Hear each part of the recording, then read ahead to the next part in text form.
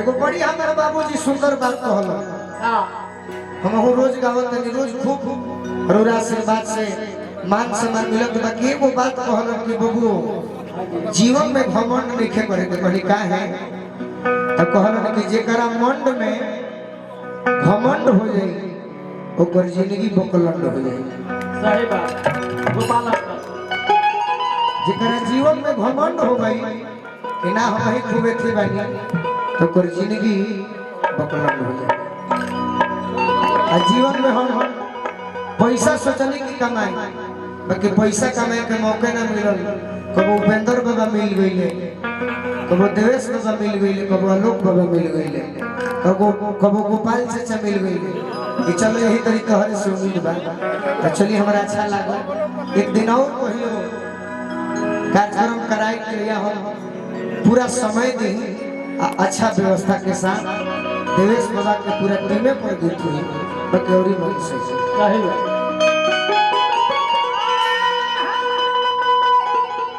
सबसे बलवान जी,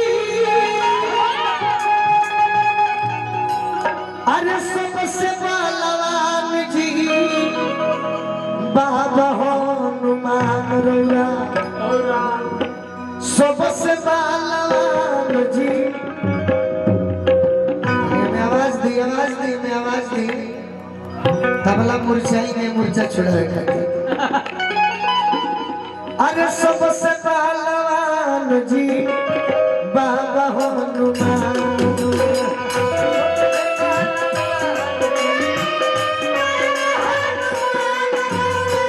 सबसे बलवान जी बाबा हनुमान।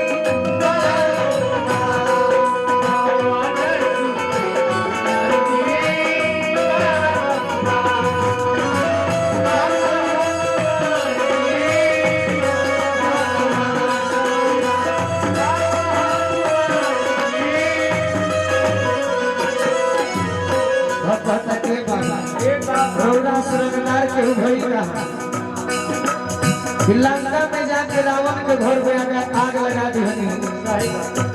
आज के भोजपुर जिले के रंगदार क्वेश्चन पर उधारे पान ना खेवला तो घूम के उलट देते कहता है हम बड़ो की रंगदार बस पर गाड़ी भाड़ा ना दे बस पर कंडक्टर भाड़ा मांग दे करो सरकार है ये रोड पे चले के बाकी ना तोरा ना काटो तो हनुमान जी क्वेश्चन रंगदार है ऐसा को पास श्रीलंका में जाके आग लगा बचपन में लील गई सूरज महाराज के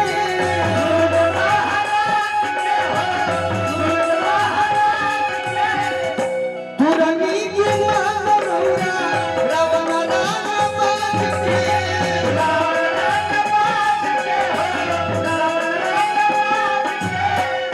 पुरानी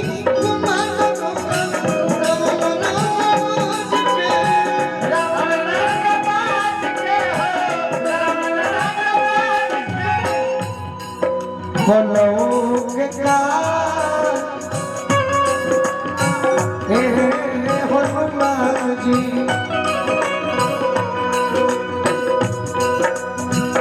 बोलोगे काल जी बोलोगे काल जी बाबा हनुमान रौरा सबसे बलवान जी अब बाबा हनुमान सबसे बलवान जी बाबा अपना हिसाब से ले लो।